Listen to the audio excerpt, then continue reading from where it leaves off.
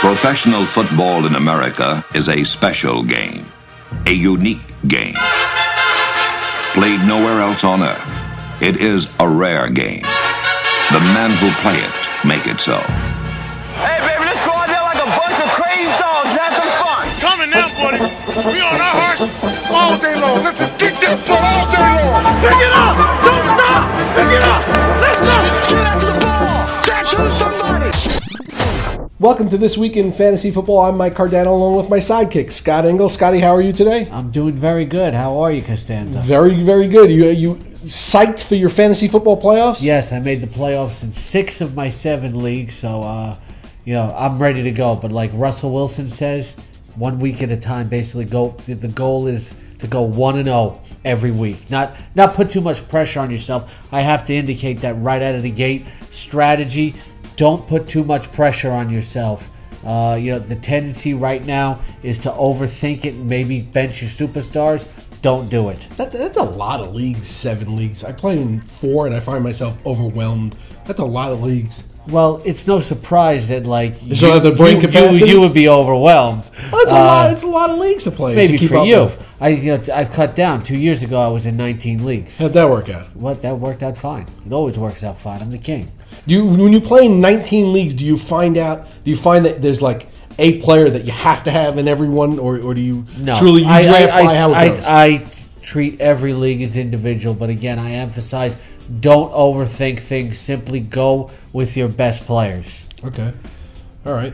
Well, playoff time in the NFL is coming as well. But before we start, just before we went on the air here, the New York Yankees here, let's talk a little baseball, are really making some waves for the things they're doing and they're not doing. And I know this is a football show, but it'd be remiss if we didn't discuss it. So they signed Ellsbury earlier in the week. Right. And for the life of me, I don't understand how you get anything out of that contract for 7 years when a guy, the majority of his game is based on his legs.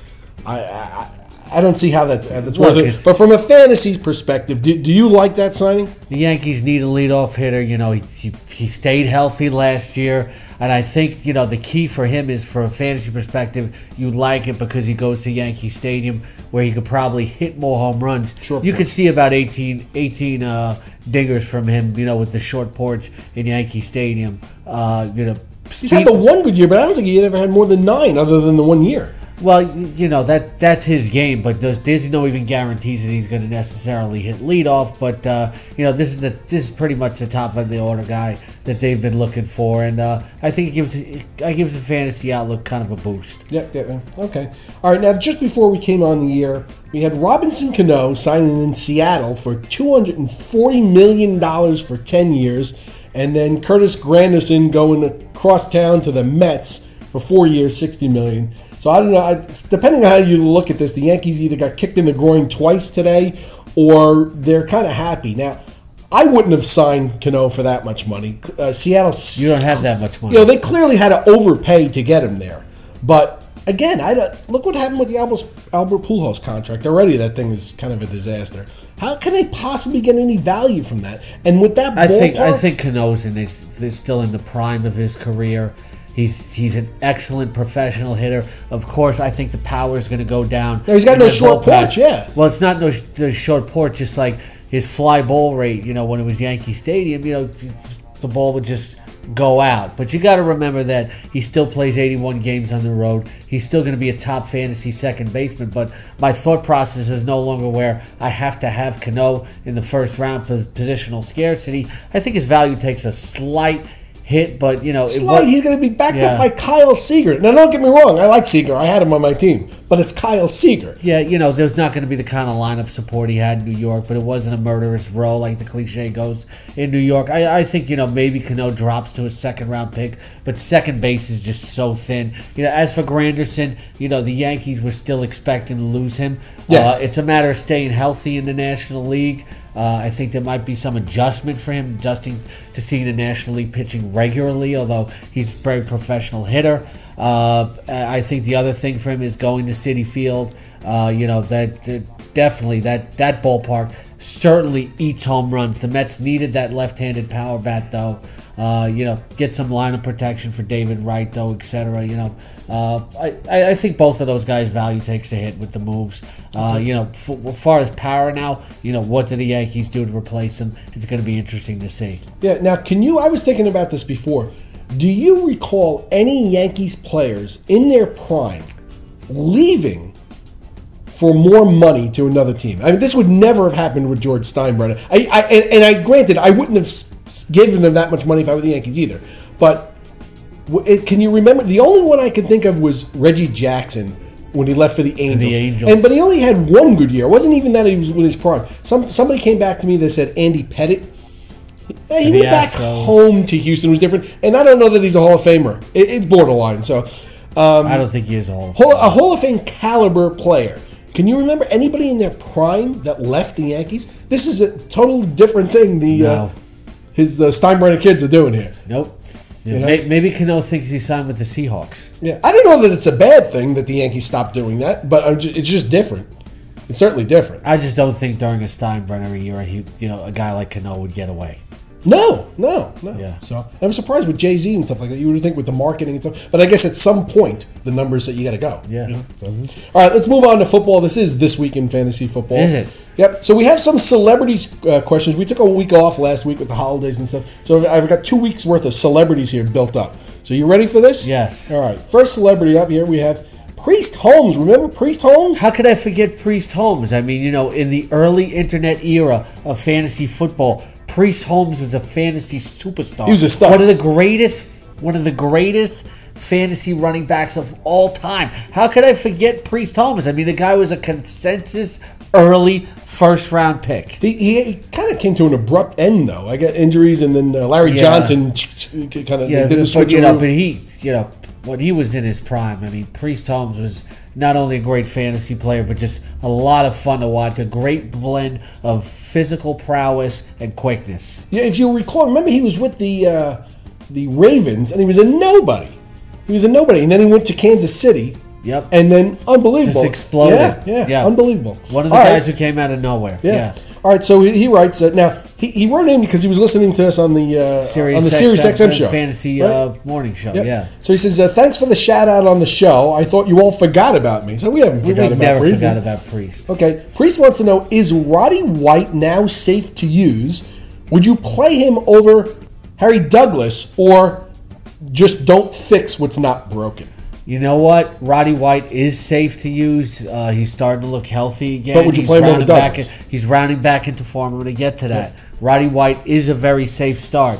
The only thing I think is, Roddy White's pretty much a main possession guy for them there. I think Matt Ryan has discovered that Harry Douglas can really stretch the field and do a lot after the catch. I think they're both really safe starts right now, but I think Harry Douglas offers a little bit more upside. I wonder if they come out. I know they're going to lose the tight end, but Gonzalez. But I wonder if next year they come back better than they were before. Because if Douglas is now a proven quality commodity, then they have the 3 wide receivers coming back next year. I could see it because Douglas definitely took a step forward this year. Yeah. Okay. All right. He really sees an opportunity. So you would or you wouldn't? I wouldn't. Roddy White is safe, but I wouldn't start him over to Harry Douglas. Harry Douglas has a little bit more yardage upside. Okay. There you go, Priest. And no, we didn't forget about you at all. Hopefully he watches this. Listens to the radio show. Okay. Next up, we have recording artist Jason Derulo. Have you listened to any of Jason's music? I know of him, but I have not listened to his music. I got kids, they listen to his music. What You Say, Marry Me, drives me nuts. Very popular. That over. Yeah, it's very popular. All right. So drives you nuts. Very nice. Yes. Way to respect the guy. Let's see. What does he say here? He writes, it does. I heard Mike point out that the Cardinals have a hard time covering tight ends. Yes. Very astute by me, by the way. Thanks for listening. Would you play Jared Cook against the Cardinals? This is it's a legitimate question, though. It's a very in any other week, it's a comical question, though. I was talking to Pat Mayo about this today.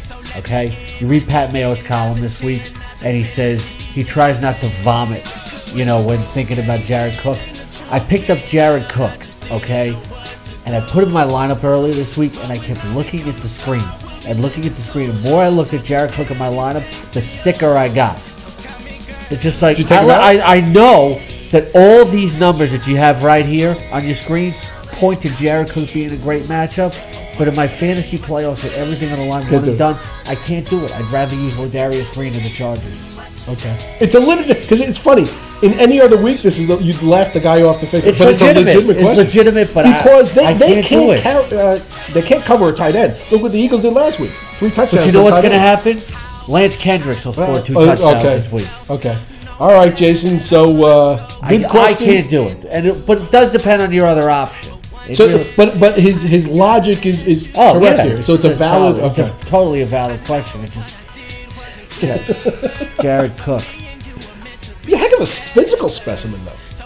You like him, looks like Tarzan, plays like Jane, though. Like what you see. Well, he is. Just like, last night's game, who's the tight end for Jacksonville? Mercedes Lewis. That guy hosts a fantasy football show. He doesn't know his name. What a fantastic catch around the guy's head. And that guy, I don't understand how he's just not in beast mode all the time. Because he was playing against the Texans defense, it was pretty much mailing it. That was a fantastic catch. It was a good catch, though. Okay. All right, next celebrity question. Let's move on. And we've got a former baseball player. Really? Someone that I think you know of. John Stearns. Dude! Catcher John Stearns, New York Mets catcher. You remember John what his Stearns. nickname was? It was Dude from the 1970s Mets. Now listen to this. By the way, the fantasy football monster is now out of the cage. Yeah. For anybody who used to watch when he coached the Mets with Mike Piazza when he hit the. I used to love John Stearns when I was a kid. All right, I grew up in Flushing, diehard Met fan. Okay, I used to, my dad worked at the post office right across the river from Shea Stadium. Huge Met fans we were raised, and I used to wait up at night during the All-Star game to see what Met would get introduced. I just made sure I stayed up to see John Stearns introduced. Yeah, I love those Mets. Nobody was at Shea Stadium like watching guys like Craig Swan and Lenny Randall. The dude, that's awesome. Well, check this out. Now he played defensive back for the University of Colorado. Now he was so drafted. Tough. He was so tough. Not only was he originally drafted by the Athletics, he was drafted in the 1973 football draft by the Buffalo Bills, ahead of Dave Winfield, who was drafted in the 17th round by the Minnesota Vikings. He was drafted just ahead of Dave Winfield twice in both leagues. That's awesome. How about that? That's awesome. And let me tell you something. And he was also drafted ahead of Robin Yount. Collisions at the plate, you could see he was a former football player. Yeah. All right. So John's question is Josh Gordon a must-start no matter who the quarterback in Cleveland is? Well, this was a question earlier in the week, John, because, we didn't know who was going to quarterback, but Jason Campbell's been cleared. There's nothing to worry about with Josh Gordon. Okay. Yeah. All right, at this point. Yeah. I guess he thought maybe one of the Caleb Haney or we thought it was Caleb Haney, the trick shot quarterback Avery or whatever. Yeah. Okay. All right. So Gordon's in no matter what now. Yeah. Okay. All right. So no trick shot Tanny. Okay. All right. Well, he did better with Whedon though. He does better with Whedon, doesn't he? Yeah. The one thing you worry about with him is Bill Belichick always tries to take away the team's other top weapon. He's the guy. But still, you can't bet Josh Gordon right now. Yeah. Okay. All right. Next celebrity question from Eminem. Can you stop joking around and move on to the next Now, listen to this. Eminem doesn't play fantasy football. Come on. The best thing I've ever seen about Eminem Holy was crap. I saw a picture. I hope we have it to put up of Eminem eating M&Ms with a bunch of other people that looked like Eminem. It was deep. It was really deep. For you, that's deep. Yes. Yeah, I thought They're easily entertained. Yes. All right. Well, Eminem's got a question. All I know is I king. love that song. I'm sorry, Mama. I didn't mean to hurt you.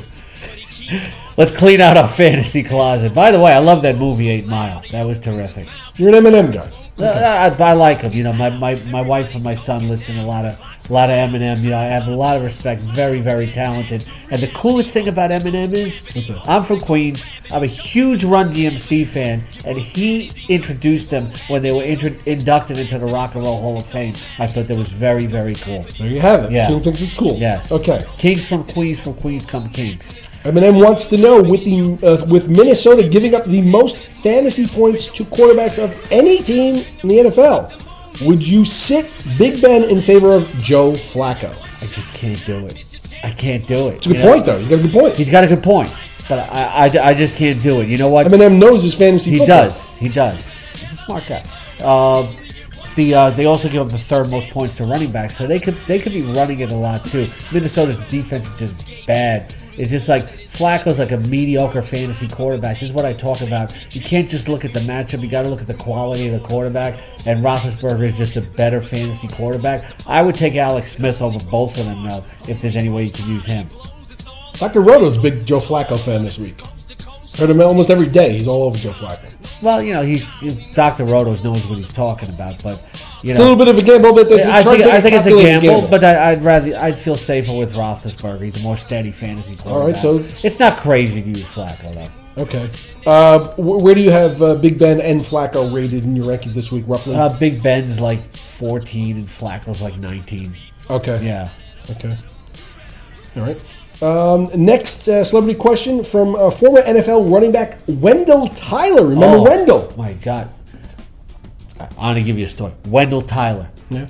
Before there was fantasy football, one of the forerunners of fantasy football was Stratomatic. Right. I remember when Wendell Tyler used to play against me in Stratomatic. He came over to your house? Always house? used to. No, it was just like when opponents would have Wendell Tyler. Oh, I thought he played against you. No, it was just like, and the great thing about Stratomatic is you could like move your linebackers around. It's like I had to stack my fronts against Wendell Tyler. He was so good. He was awesome talent, but he had a little case of the fumbles. He did, but he was a very physical runner. Pleasure to watch in the early days when I first started watching. I remember the most NFL. with San Francisco and in the Super Bowl with the Rams and Vince Ferragamo and that crew. Mm-hmm. So, all right. I remember Wendell Tyler. All right. Well, Wendell wants to know, and some of you just mentioned, is Alex Smith a better play than RG3 at the moment? They are both playing each other, and I have them both, and I need to pick one. RG3 or Alex Smith, I really like Alex Smith against that pass defense. It's a conservative but, play. You know what? It's RG3 is just a better fantasy quarterback. I have him ranked very, very closely. I still got to go with RG3 though. It's Alex Smith is a good and not outstanding fantasy quarterback. RG3 is always going to give you the possible rushing numbers. I can see that being a low-scoring game. I don't think you're going to get outstanding numbers from either guy. But I think RG3 offers you a little bit more upside. I'm going to go with RG3. Okay. All right, so RG3. Next celebrity question is from Lyle Lovett. Wow. Lyle Lovett. Now, I've got a question about... Well, I wish I could ask Lyle the question. How do you suppose that he ended up with Julia Roberts to begin? How does that happen? He's not with her anymore. No. Yeah. I don't care if he was a one-night stand. He actually convinced her to get married. I mean, how did that happen? She's overrated anyway. Don't worry about it. I mean, but how does that happen? I don't know. I mean, nothing against Lyle. This is the thing, though. You honestly want to know it? You look at Lyle Lovett as a man. Women look at men different than men look at men. And men will say, that's not a good-looking guy. Women look at guys differently as to what they're attracted to. There's your answer. From the women's point of view. Well, you got to think from the women's point of view. Guys will say, "Oh, that's not a good-looking guy," and girls will be like, "Well, I like him." There's something appealing about him. Different kind of women like different kind of men. You know what I'm saying? Okay, all right. Yeah. Well, let's get to Lyle's question. Yeah. You asked me. I still can't figure it out. It's been. I think it was in the early '90s. I don't even know when that was. But, all right. Lyle wants to know: does he sit Frank Gore this week against the Seahawks defense? His replacement would be Rashard Jennings. Can't do it. There's a big game for the 49ers. Yeah, these celebrities know what they're talking about. They do. They're gonna come to play. Rashard Jennings is not on the level of Frank Gore. The Jets have a terrific run defense too. You talk about guys with daunting matchups. Right. I've seen Gore do well against the Seahawks before. I'd go with Gore. Okay. All right, Lyle. There you go. Nobody was insulting with you. I'm sure you did. It was a compliment that he was beginning to begin with. You always do this. The Melissa Etheridge thing was legendary. Then you insult our regular users by calling them common folk. I was impressed that he was able to land her. No, it's not the way you said it. Like, how the hell did he get her? That's the way you did it. I miffed. Yeah, I mean, I've seen. I'm being honest. I've seen your girlfriend, and a lot of people say to me, "How did he get her?" Well, all right. Well, listen to this. Yeah. Well, look. All right, now listen. Look, George Costanza. Here's somebody that Lyle might be able to be with. Oh. Our next celebrity, Jen Sturger. Remember Jen Sturger of Brett Favre fame? with the selfie pictures. Wait a minute. Now, Jen Sturgis to me qualifies as a isn't a celebrity. Brett Favre fame. Jen Sturgis to me of Jets broadcasting fame on the field. You know, I don't think that's what she's noted for. That's how I knew her before the whole Brett Favre thing. That's how you knew her. She was the girl who did like the lady who did the on-field announcement for the New York Jets. Okay. The whole Brett Favre thing was like. You think when people see her now, hey, that's the girl who used to do the on-field announcement for the Jets? No, but that's how I know her because I'm a football purist. Okay. You know, the whole Brett Favre thing was not her fault. You know, I kind of felt bad for her. I'm not actually. blaming her for anything. Yeah. She gave her fame. Yeah. She's a celebrity here because of that. She's in the celebrity category because of it. So, all right. Well, Jen's got a question for you. Okay. All right. I didn't know she played fantasy football. Who knew? After what happened last week against Seattle, are you at all considering not playing either Pierre Thomas or Drew Brees? You got to play Drew Brees against the Panthers in a standard league. DeMarco Murray or Shane Vereen? What is this? She combined has two questions. That's the question. Well, she has two questions. She wants here. to know whether the bench is Saints or between DeMarco Murray and Shane Vereen. She wants to choose. No. She has two questions here. My apologies. First of all, should you bench either Pierre Thomas or Drew Brees this Pierre week? Thomas, you never, ever overreact to one game with your fantasy superstar. This is what I was talking about at the beginning of the show. Drew Brees has carried you this far. You never, ever bench your fantasy superstars. They are very often matchup proof. As Pat Mayo points out in his column, Drew Brees has been the best quarterback in fantasy football over the past 5 years. Fantasy superstars are just that because they are often matchup proof. He is playing at home this week in a huge game. There is no way you bench Drew Brees. All right, what about Pierre Thomas? I'm very passionate about that. What about Pierre? I wouldn't use him. Okay, so Pierre. No way do you bench Drew Brees. And her second question here is my apologies. I read it wrong. In a standard league. You were looking at a picture. You got all distracted. No. Choose between DeMarco Murray or Shane Vereen. You got to go with DeMarco Murray. Who really is it? That Bears in a PPR league, you would do the other way? No. You got to go with DeMarco Murray. That Bears run defense is just awful. Yeah, they are. Yeah, awful. 5 yards per carry they give up. Yes. It's a wonder that you could run for yardage. It's a wonder that anybody passes the ball at all. You could just run twice and it's a first down. Yep. Right? So that's crazy. All right, when we come back, we're going to go through our 2-minute drill, and we'll be back with that. All right, welcome back to This Week in Fantasy Football. We're going to go through our 2-minute drill, Scotty.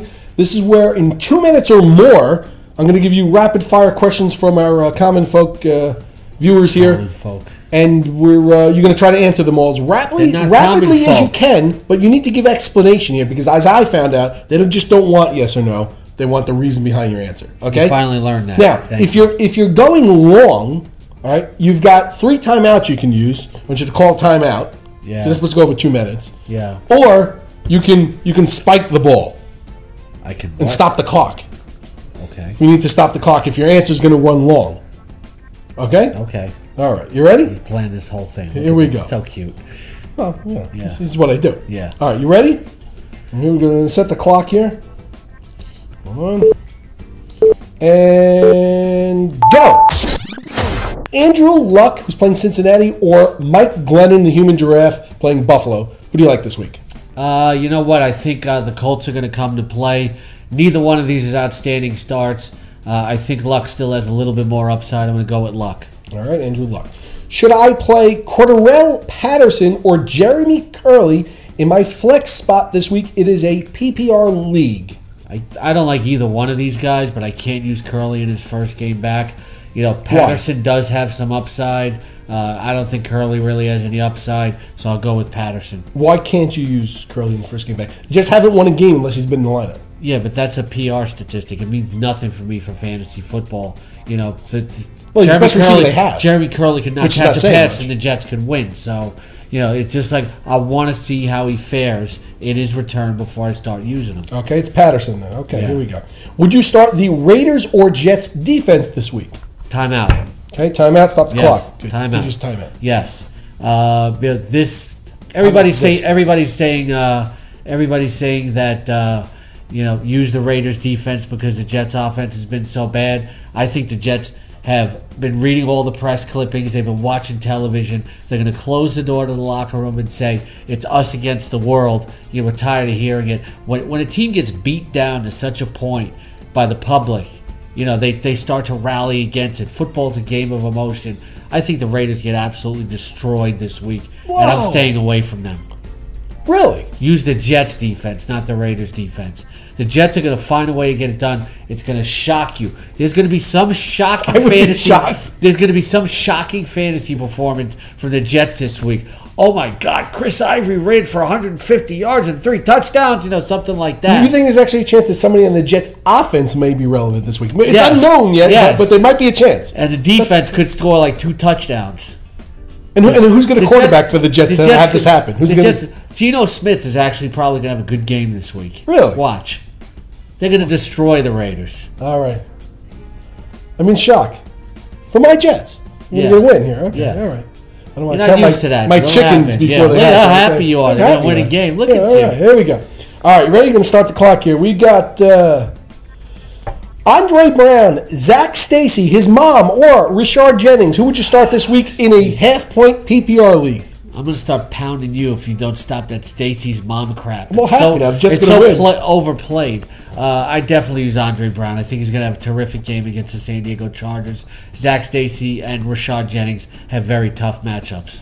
Now I'm going to go back to what I brought up last time. Stacy just annihilated the Seahawks, your Seahawks, which have a very stout defense. Well, that was a few weeks ago when the Seahawks were having some issues at defensive tackle, but they've corrected that since, and I think there's a tough matchup for Stacy. Okay, so I think it's like 70 yards, but I think Brown will have a much better game. I think. And the half-point PPR doesn't make a difference either way, any format. Any format. Okay, would you play Ryan Tannehill, who's playing Pittsburgh, or Colin Kaepernick against your Seattle Seahawks? Tannehill's going to be playing in snow. It seems like Kaepernick's just a better fantasy quarterback. Spike the ball or nothing. You're just going to let the time elapse. I don't need to. I'm ready for this. Keep going with the questions. Who's your answer? Tannehill or Kaepernick? You said 2-minute drill. I come out like a professional quarterback. We're past 2 minutes. I come out. I'm ready to You fire away. left 2 timeouts on the table. You didn't spike the ball. I didn't need my timeouts.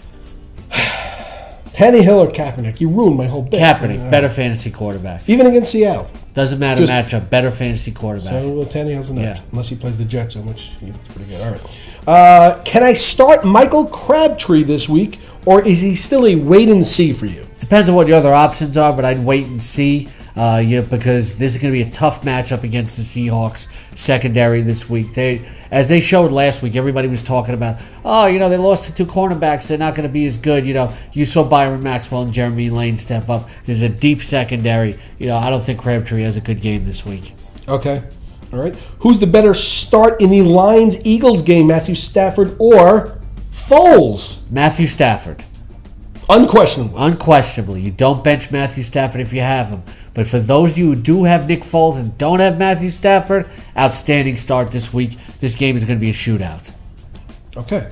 Stafford over Foles. Okay. Yes. It basically is a question like, who is the more outstanding start? And I slightly lean towards Matthew Stafford. I get it. I totally get it. So you're benching Foles in this. You're following. Look at that. Good. You're admitting that, though. You're benching Foles. If I have Stafford, yes. Okay. In a lot of cases, I'm not benching Foles. All right, but in this case, you admit it. In this case, I do. Okay. Yeah. All right, he admits that. All right. Is it time to play Ladarius Green ahead of Antonio Gates, or are we still a year or two away from the changing of the guard? We're not a year or two away. You've seen the last 3 to 4 weeks with Darius Green. We're no longer a year or two away. Gates is banged up. Eddie Royal, who Rivers goes a lot to in a lot of key situations, he's battling a toe injury, so that bumps Ladarius Green up in the pecking order of getting targets and making big plays. I like him against the Giants. You start Ladarius Green this week. Would you think that Woodhead gets more catches because of Gates is out? I think Woodhead is involved in the offensive flow regardless. Okay, all right. Steven Jackson has quietly played well. These guys are astute here. Is he a worthy start against the Packers, who have been awful against the run? He is. Yes, he is. I think I think that's a game with the weather conditions where both teams are going to be running the ball a lot. I think Jackson gets in the end zone at least once. Okay. All right. It's expected to be about 10 degrees in Denver at kickoff for the game against the Titans. Should I be concerned about starting Peyton Manning? People with this whole under 40 degrees thing. This thing is so overanalyzed, but the bottom fantasy line is what are you going to do? Bench him? You're not. So you go out there and, you hope for the best with Peyton Manning. You got to start your superstars. You don't bench your superstars. I'm not benching Peyton Manning if it's 50 below. I'm not. Here's the thing for our viewers. I would encourage everybody to run to the internet, and there's a big statistical analysis done with him and Tom Brady when it's under 40 degrees and what his winning percentage is and so on and so forth. Go look and find out what it is when it's 41 degrees or over. Okay? Instead of 40 degrees, the scenario doesn't work out so well. So whoever put that out there skewed the numbers quite a bit. And there's no difference between 40 degrees and 41 degrees. That's silly. So Brady has played most of his career up in the Northeast, and Manning has played his in the Dome, and that partly accounts for the disparity in the warm weather, cold weather Peyton Manning things. doesn't seem to get quite the grip on the ball when it's colder, and he's not as used to it, but he's still a lot better than most fantasy quarterbacks. Yep, okay. All right, let's move on to the games now that you totally messed up the 2-minute drill. You blew right by. It took us about 8 minutes to do the 2-minute drill. Just no timeouts. I really don't care. No About your little game. I care about giving the right analysis. Brought in a ball and everything. Oh, I'm sorry, little boy. What'd you think about the cry now? The Texans Jaguars game last night? Anything blow your skirt up from a fantasy standpoint? You may wear a skirt. I don't. I was very impressed with Martellus Bennett, his catch. Martellus Bennett's on the Bears. No, not Who's the Mercedes Lewis? Yes, guy hosts a fantasy football Mercedes show. Doesn't know the difference. And there's so many names. It's confusing. Mercedes Lewis, his catch around the head of the you don't need the to defender. Demonstrate. Okay. It was an impressive catch. It's impressive, but maybe the most impressive thing, of Andre Johnson, but we expected it. Ben Tate was running well until halftime, but they had to abandon the run. He was running really hard. Maurice Jones-Drew had a 48-yard run, but that's just because defensively the Texans are mailing it in. Just terrible, terrible tackling. A lot of people wanted to use the defenses because the offenses were perceived to be so bad.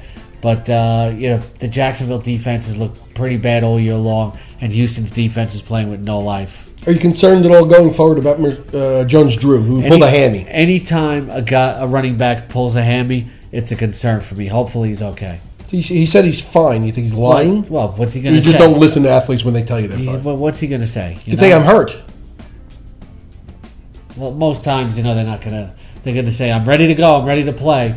I remember a running back 5 years ago who had a fracture in his foot and said, "Yeah, I'll be ready to go next week." This from the guy who picked himself number 1 in your draft. Yes. So it's hard to believe anything he does. But okay, let's moving on to we have a lot of wintry mixes this week across the nation. Yeah, a lot of wintry mixes. Some nice. It'd be nice to watch the game by a fireplace this week if you have fireplaces. I would not trust you with a fireplace. I have a gas fireplace. Just turn it on like a stove. I don't have to light anything. I still don't trust. I don't have to do the Boy Scouts thing. Nothing. I still don't trust you with it. Yeah. Okay. Colts at the Cincinnati Bengals. Going to be 15 degrees in a wintry mix. You find the weather coming into factor in that game? Look, we talk about Peyton Manning. Andrew Luck's played a lot of his games in the Dome. It doesn't bode well for him, especially with his lack of offensive weaponry there. You know what? I'm going to change my mind back on that question based on what you just told me. I'm going to go Glennon over Luck, actually, based on that viewer question. The more I think about it, the more I don't like Andrew Luck this week, and I love the Cincinnati defense. I think Giovanni Bernard and Ben Jarvis Green Ellis are going to be very busy this week. I love Bernard. What I love about Bernard is not only he makes people miss in the open field, but that guy has unbelievable strength of a kid of his size at the point of attack. He can really push the pile. Giovanni Bernard is a heck of a lot of fun to watch right now, just as a pure football fan. Yeah, and as you said before, people shouldn't get discouraged about the number of touches that he gets. A man of his stature, not the amount of the quality of the touches. It's not about the fact that he makes the most of every single touch. I think Andy Dalton has a decent game here. 2 touchdown passes. Okay. You went back and you changed the answer. I was just looking back. That was the very first question in the 2-minute drill. Are you going to now change all your answers? No. It's but I do change my mind sometimes. All right. So you let time expire and you've already changed the question. I'm sorry I ruined your Whittle game, Whittle boy. Can we move on? Buffalo at Tampa Bay, and although there'll be no wintry mix, there may be some patchy fog. It'll be about 70 degrees. I'm not worried about that. Glenn will throw about 2 touchdown passes. Terrific matchup for Vincent Jackson Yeah, I think Bobby Rainey gets a lot of work. He's been very impressive running in short space. Very deep sleeper, Taekwon Underwood. I think this could be another game where he scores here. For Buffalo, Stevie Johnson against Revis. He's done well against Revis before. I think he's a decent wide receiver 3 play this week. I think you see a lot of C.J. Spiller and Fred Jackson, both good flex plays. Okay, all right. Let's move up the East Coast to Washington, where Cleveland takes on the Indians, where it will be about 30 degrees with a wintry mix. Don't do that. Our viewers don't like that. One viewer didn't like it. He's important. And a lot of viewers don't like when you call them the Redskins. That's the name of the team. They expect you to call them that. Not everybody does. Some people don't like it. That's not our fault. The president may not like it. We're just using what's there. Well, how do you feel about the from a fantasy perspective? Do you like Alex Smith? Do you like Alex Smith better than RG3, which was the question from before? We're talking about Cleveland and New England, right? No, we're not talking. We're talking about Kansas City and Washington. You just mentioned Cleveland and New England. No, how did I say? That's why we got on the Indians topic. Kansas City and Washington. Kansas City is confusing me. All right. Hello. McFly. Another cliche. Do you have any original humor? Thanks for listening to the program. Yeah. Kansas City and Washington. This could be a low-scoring game. I know Washington has a bad pass defense, and Alex Smith has played well, but I see this being a low-scoring game. Even though these two teams aren't familiar with each other, I would use Alex Smith over RG3 this week. I would use RG3 over Alex Smith because RG3 has a little bit more upside there. I think you're going to see a lot of Alfred Morris and a lot of Jamal Charles and a lot of other guys are not going to be useful. Dwayne Bowe, he can roll him out there as a wide receiver 3. He's going to catch a touchdown pass. Now, maybe your brainwaves are coming over me. Wendell Tyler asked a question earlier in the program. Didn't you say at that point that you liked Smith better than RG3? No, I said RG3 over Smith. That's what I said, yeah. My bad. I apologize. Sorry. You threw me off here. The 2-minute drill, the wrong teams here, everything is just all going to shit. All right. Vikings now he's cursing. Look at this. The Ravens, and it is going to be 30 in a wintry mix in Baltimore. It's almost the same weather as Washington. I think you're going to see Ray Rice running the ball a lot this week. Joe Flacco will be able to use some play action and find Torrey Smith downfield. I don't expect a huge day from Flacco, though. Don't get too cute and use Jacoby Jones. I think that's over-analysis. You can't trust Jacoby Jones. It's like using Kenny Stills. It's too boom or bust. It's too risky. Only if you're desperate or maybe you're playing a 14 or 16 team league. Okay, roll with it. But, Ray Rice, remember when he played the Bears early this year? He ripped them up. I think that's what he's going to do this week. On the other side of the ball, I don't use a single Viking other than Adrian Peterson. I just can't do it. I happen to love Joe Flacco this week. I heard Dr. Roto talking about it earlier in the week, and I happen to agree with him. And Minnesota is they've given up the most fantasy points to quarterbacks out of every NFL team. Well, you think he's so inept that he can't take advantage of that? I'm not saying that at all. All I'm saying is I can't trust Joe Flacco in my fantasy playoffs. Even with a good matchup, they could run the ball a lot, and you just won't see good numbers from Joe Flacco.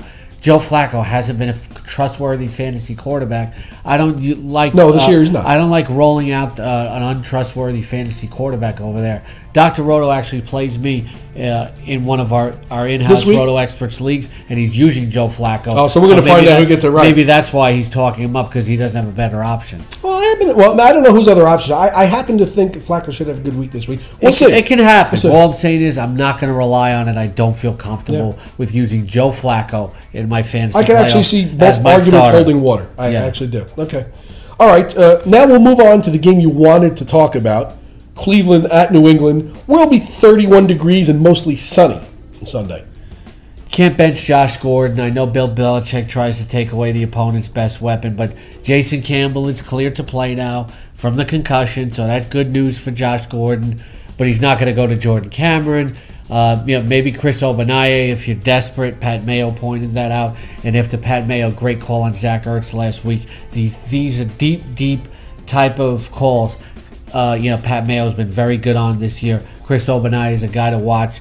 I think Pat, may get that right this week. On the other side of the ball, Julian Edelman has really effectively replaced Wes Welker for Tom Brady. He really relies on him. It hasn't been Amendola. It's been Edelman, and he is a must-start. Joe Hayden cannot cover everybody by himself. I love Edelman this week, and I think Shane Vereen's going to be very busy out of the backfield. I think Brady throws 3 touchdown passes again. Okay.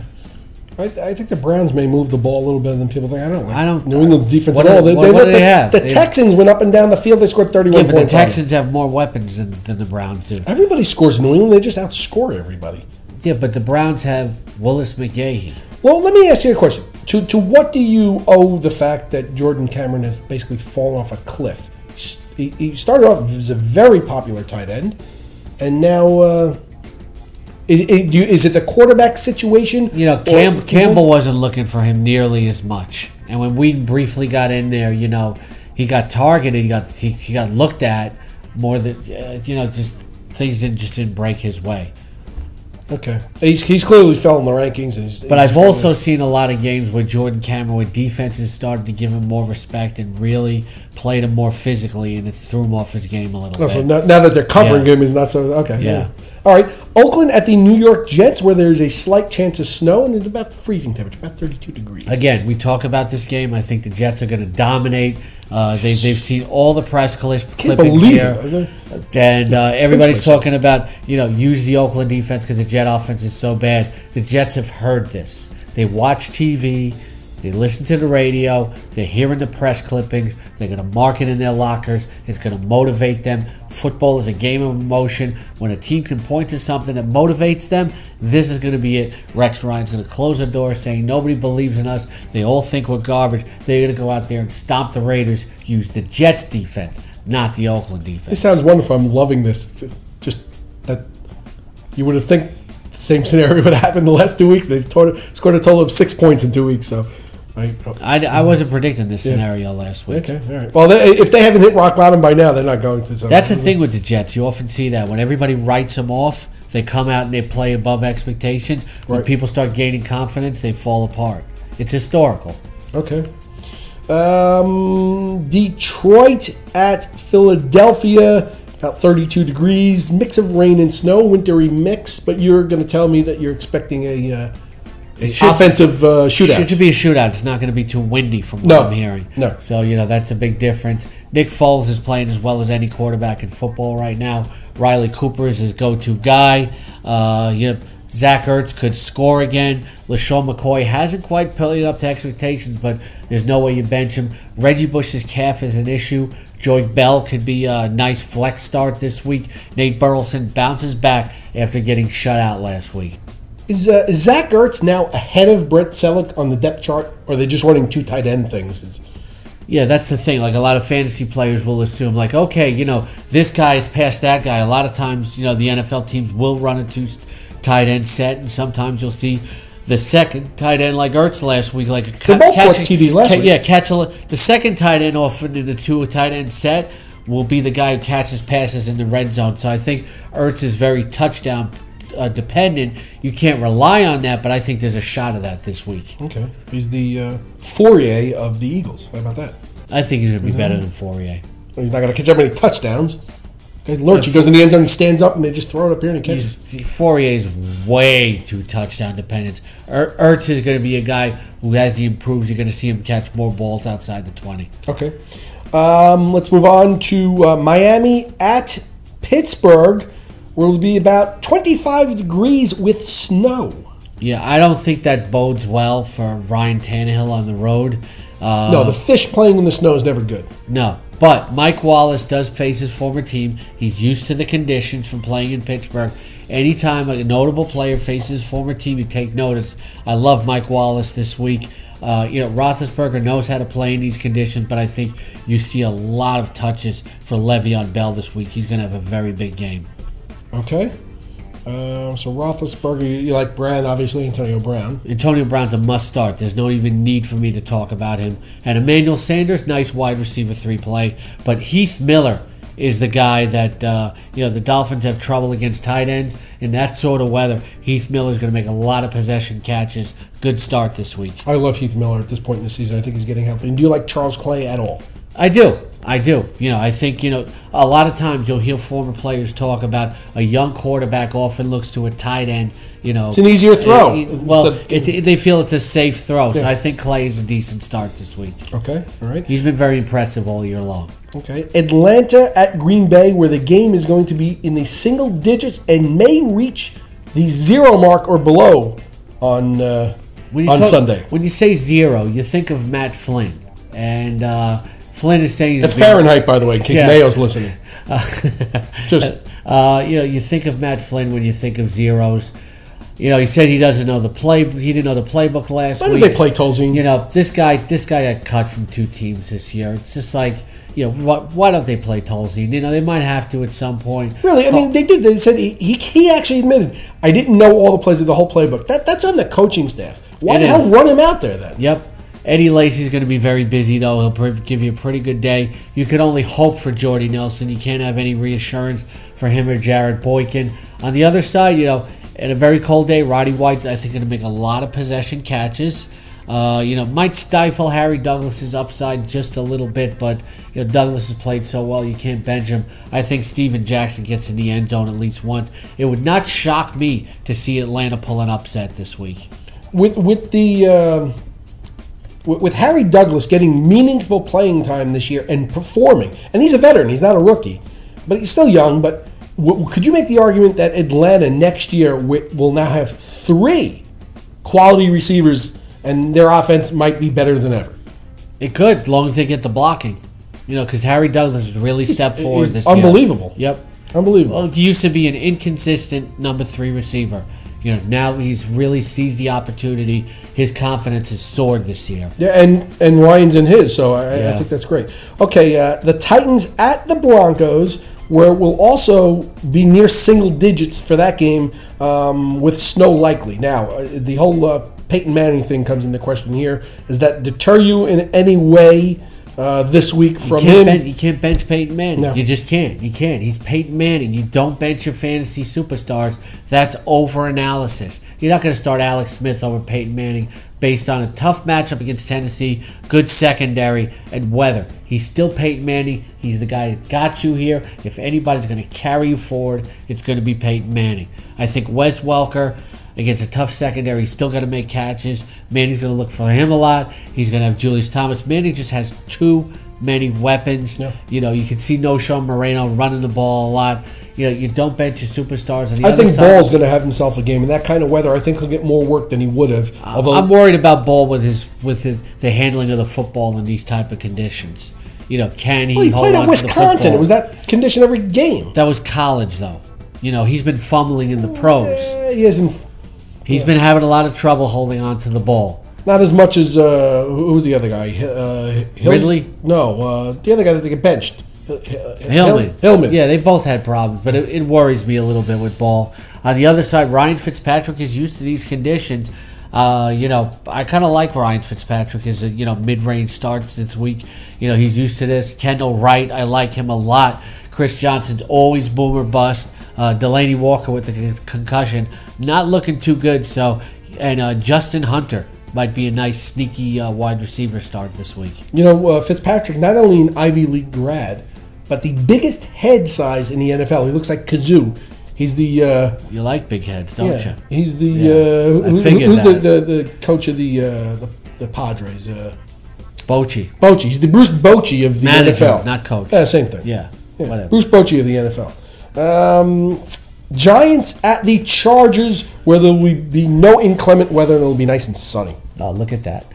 Phillip Rivers throws about 2 touchdown passes, gets back on track this week. Keenan Allen's a must start. You like Ladarius Green. Danny Woodhead's going to get back involved. For the Giants, I think Andre Brown has a terrific game, sets up some play action. For Eli Manning, Victor Cruz bounces back this week. I still can't use Hakeem Nicks. Ruben Randall, nice start this week. Is there any argument to be made here that Manning has something to prove? No. Going to San Diego, who he shunned, and that's why Rivers is there. He's got 2 Super Bowl rings. Rivers has something to prove. Yeah. All right. The reporters asked him that this week. Yeah, he said he didn't remember. He didn't remember. Yeah. I would have just said, ask my father. It was up to him. Why would I remember when I've won 2 Super Bowls, right? All right. Moving on. The Seattle Seahawks, your Seattle Seahawks, against my San Francisco 49ers. You're not a 49er fan. You're a Jet fan. It's my team. No bandwagon allowed. No bandwagon allowed. No, you're a Jet fan. You're a Jet fan. So how are you on the road, Seattle, where to me they are clearly not the same team, like the Saints are. They're 5-1 on the road. They are the best team in the NFL, I believe. However, they are so dominant at home, the games are largely non-competitive. Where on the road, they got 2 gifts. They didn't get any gifts. They're 5-1. Everything else is noise. They got a gift against the Rams in prime time. No, they didn't. They made the plays they needed to win the game. That's a good team does that. They won the game. However, they were outplayed in every statistical category. Yeah, but they made the plays they had to when they won. When they had to win the game. Winning, you would not, as a Jet fan, you would not know about winning football, so let me educate you, okay? I have a Super Bowl. When the game is on the line, you don't have a the Super New York Bowl. Jets have never won a Super Bowl. That was the old Jets, the New York Jets. The New Jersey Jets have never won a Super Bowl. No, they've never won a Super Bowl. I agree, but I've been a fan since they were playing at Chase Stadium. Let me ask you a question. Have you ever seen your team win a Super Bowl? I saw it on video. I was 2. No. Have you ever seen live? No. No. Okay, we're even. I haven't seen your team. We're even. I've seen. However, my team. I've seen my team play in a Super Bowl. I have seen my San Francisco 49ers win a Super Bowl. But you're not a 49er fan, though. Yeah. You're not. You're not. You're a Jet fan. So how's this gonna? How are you handicapping my 49ers hosting this game for fantasy? Okay, I already said about your team that I think the Jets are going to win this week. So let's talk about the 49ers now. Okay, which is not your team. I like Vernon Davis over the middle against the Seattle defense. I think he can get some catches. I think Frank Gore is going to get a lot of work. I don't like Colin Kaepernick against that Seattle secondary. Avoid Crabtree. Avoid Bolden. This is going to be a very physical football game. Could be like a 13-10, 17-14 kind of game. Marshawn Lynch has always showed up against the San Francisco 49ers. You do not bench your superstars. Check out my article on Seahawks.com. It fully details why you do not bench Marshawn Lynch this week. Last year, over 200 yards in 2 games against San Francisco, 98 yards and 2 touchdowns against them early this year. You don't bench Lynch. Russell Wilson, it's hard to bench him right now the way he's playing. It really is. But yeah, and you also have to remember, this is the point of the year last year when Wilson turned it on and really started boosting teams to fantasy championships. So unless you have like another choice, like say Nick Foles or Tony Romo, you don't bench Russell Wilson. Seattle is so concerned about this game. They're actually 3-point underdogs in this game, and they're favorites at home. But they're sending a 12th man to the game, and they're doing a flyover. They're not concerned about it. Oh, they're sending the guy from Seattle. No, they're not. They're not sending anybody. Yeah, Seahawk fans travel really well. Did you hear the story? Did you hear the story that the San Francisco 49ers have told their fans how to cheer? You can do the wave? No, they sent out some sort of memo to radio stations. I got to get the exact details on this story. Well, we as fans need some work on that. That the 49er fans, which you're not familiar with because you're a Jet fan, that they need to be directed on how to cheer. We need some work on that. We'll work on it. We'll work on it this week. You Jet fans, you're fine. I'm going to be rooting hard here. Here we go. For what, the Seahawks? Go Niners. All right. Go Niners. Rams jump in the bandwagon. Against the Cardinals. Rams against the Cardinals. Rams against the Cardinals. It will be played in a dome. It will be between 68 and 72 degrees. Look at this beautiful, no wind. Beautiful weather analyst. Yeah. All right. And nice day for the 49ers game, too. What's that got to do with this? I'm just saying. Okay. Carson Palmer has an elbow issue. Might put a little bit of damper on his numbers, but still you roll Fitzgerald and Floyd out of there. Rams have a bad run defense for Rashard Mendenhall. Can get in the end zone this week. Zach Stacy's going to have to work very hard for his yardage against that Cardinals defense. I think you can still roll him out as an RB2, but don't expect much of a ceiling. Tavon Austin, I think, is going to burn a very aggressive Cardinals defense. I think Tavon Austin is a nice wide receiver 3 play this week. Okay, interesting.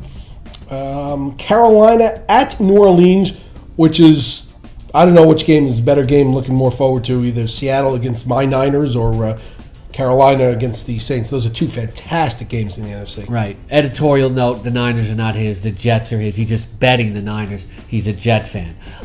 Carolina against New Orleans. Who are going to win this week, apparently? Who's going to win this The week? Jets, apparently. Yeah. Look at you. You're smiling. If you're a 49er fan, you would be so giddy. I'm worried about my Niners. I'm now not worried about the Jets. They're not United. You're It's a Jet scary. fan. I have this one in the bag now. Yeah. Okay. I'm not letting you jump onto a bandwagon. It's not happening. I rooted for him in the Super Bowl last year. It doesn't matter. Okay. Well, I'm just saying. It means nothing. Although you've never seen a Super Bowl, so. But I digress back into Carolina, New Orleans. You don't bench Drew Brees like we were telling Jen Sturger earlier. No matter who he faces, Jimmy Graham's obviously going to get him. You might want to think about sending her a selfie, What? like Favre did. Sturgeon. Send her a picture. You really have no class, do you? None whatsoever. I didn't bring her up. You brought her up. Anyhow, interrupting my important analysis. Well, she asked a question. That's why I brought her up. But you can't trust any of the other receivers because he spreads the ball around too much. Don't like the running backs. Cam Newton is playing very, very well right now. Top 6 start in fantasy this week. Steve Smith's going to come into play as well. Greg Olson's going to catch a lot of passes in a PPR format, and you don't trust the running backs. And you don't bench the Carolina defense no matter who they face. My son's a big Carolina fan. I've been watching quite a bit. I like that. And they're How really old coming is your on. son? 16, my oldest. Okay, so you just decided he's a Carolina No, fan? he became a Carolina fan the year that they were in the Super Bowl as a little kid. That's when he jumped on Jake the band. Delhomme. Yeah. You know, our Dan... They had that game won if the kicker didn't kick the ball out of bounds. You know, our Dan Dobish overtime, lives maybe. in Carolina, but he was a Browns fan for like 30 years when they traded Trent Richardson. Yeah. He became a Panthers fan this year. For Richardson. Yeah, but he said that the Browns gave up on their fans. So he jumped onto the Panthers bandwagon. He did everybody a favor in Cleveland by getting rid of Richardson. Yeah, obviously. They got a pick for him and everything. Yeah. Okay. And Cam Newton, I assume he's a start there as well. I just said that. You Thanks for listening to the program, yes. I'm still pissed that you messed up my 2-minute drill. I messed up your little game, little boy. You left timeouts. Oh, I'm sorry. Don't All cry. right. Monday night, in a very cold Chicago game, Dallas against the Bears, with my guy, Josh McCown. Now, McCown, in this kind of weather, I think he'll have a good but not outstanding game. Might be some trouble gripping the ball for him, but he's got great weapons. He could, he could throw 12-yard outs, and these guys, 12 or curls, whatever, and these guys can get yardage You after could just the catch. chuck it up to one of his wideouts. They catch everything. I just said that though. Well, you're minimizing his skills. He could throw 12-yard outs. No, I'm just saying, he doesn't have to air it out. These guys can do stuff after the catch. He doesn't have to throw the deep ball with these type of guys. Dallas's defense going to get ripped up by Matt Forte. You're going to see DeMarco Murray have a huge game. Yeah, they can't stop the run. I don't think Tony Romo has an outstanding statistical game. Really? They're going to run the ball a lot, I think. Plus, Romo, hasn't been outstanding recently statistically. I think he's an okay play. You roll Dez and Maybe Witten he's out due. there. Nobody's due in football. That's Manning wasn't due. I That's tried a that. baseball. That didn't work I out. told you because it's a baseball term. Okay. Yeah. All right, so you're starting all the Bears' receiving options. Yes. You're starting Murray. Yes. Is McCown a start? Yes. Okay, and Romo, you're lukewarm on. Yes. And Not Austin, benching from Alex Smith though. Austin, or any Miles other Austin, than Des Terrence Bryant, Williams, that's no, it. no. Witten. Yeah, Witten, of course. Yeah. Okay. If you have him, yeah. Okay. But you can't start if you don't have them, of course. Okay. I'd like to thank Priest Holmes, Jason Derulo, John Stearns, Eminem, Wendell Tyler, Sorry, Mama. Lyle Lovett, who I'd like to apologize. I didn't mean anything by that. I was actually He doesn't impressed. know any better. He's Costanza. And it didn't come out right, but sorry.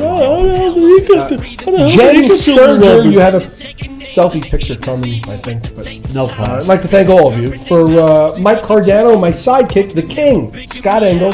This is Week 14. Enjoy your Week 14 of fantasy football. Now's the time to work and strain at a sport that tests the spirit and challenges the brain. Come on, let's go. Yeah, I'd like to have 75 degrees and sunny all the time too, but that's not football. Do you fear the force of the wind, the slash of the rain? We're gonna play it through light and rain. Go face them and fight them. Be savage again.